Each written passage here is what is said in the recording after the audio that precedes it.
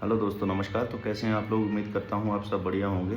तो दोस्तों, आज आप देख रहे होंगे बहुत सारी जगहों पे इलेक्शन चल रही थी जिसके आज रिजल्ट आए हुए हैं। जैसे आप देखते हैं कि कोलकाता में टीएमसी हार गई और बीजेपी जीत गई है। तो मैं सबसे पहले आपको बता दूं कि मैं किसी पॉलिटिकल पार्टी को सपोर्ट नहीं करता हूं और ना ही मैं उनके लिए कोई वीडियो बना रहा हूं। इसके लिए जस्ट एक वीडियो इसलिए बना रहा हूं क्योंकि मैंने एक छोटी सी कहीं वीडियो देखी, शायद इंस्टा या फेसबुक पे, जो वायरल हो रही थी कि सबसे ज़्यादा जो है गाय तस्करी, वो सबसे ज़्यादा बंगाल से हो रही है, कोलकाता से। तो शायद अभी बीजेपी के आने के बाद वो रुक जाए। तो उसके ऊपर एक और वीडियो था, एक जो छोटी सी मैंने स्टडी की थी। जो बात है 7 नवंबर 1966 की, जब हमारे देश में, स्पेशली न्यू दिल्ली की बात कर रहा हूँ, न्यू दिल्ली में एक आंदोलन चला था गौ हत्या के ऊपर। 180 दिन तक ये आंदोलन चला था। और ये 7 नवंबर 1966 को दिन था, गोपाष्टमी का दिन। और उस दिन ये आंदोलन चल रहा था। उसमें हज़ारों की संख्या में संत चल रहे थे, पीछे पीछे संत थे, आगे गाय भी चल रही थी। तो उसमें इमीडिएट ऑर्डर के चलते उन्होंने उन पे फायर खोल दिया था, जिसमें से बहुत सारी गाय भी मरी थी और हिंदू जो हमारे संत हैं उनको भी मार दिया गया था। तो उसी समय जो उस आंदोलन का जो नेतृत्व कर रहे थे वो थे स्वामी कृपारी जी महाराज।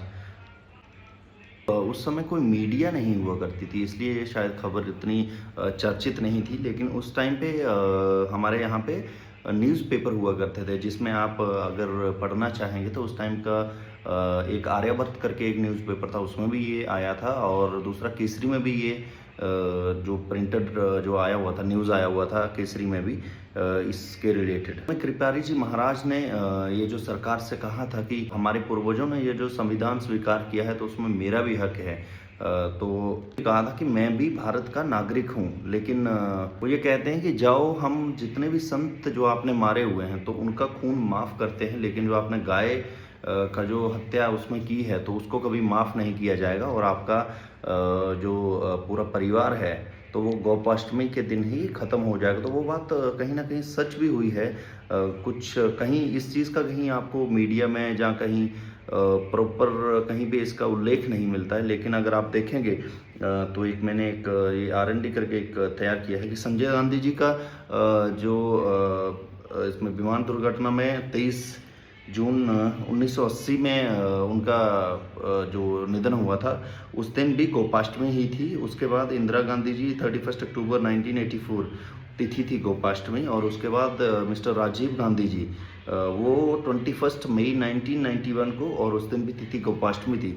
तो ये कहीं ना कहीं एक बहुत बड़ा कंसर्न है कि गौ हत्या को रोकना है। और शायद इस बार के बंगाल चुनाव में बीजेपी आई है तो शायद ये जो गौ तस्करी जो बंगाल से हो रही है तो शायद ये रुके।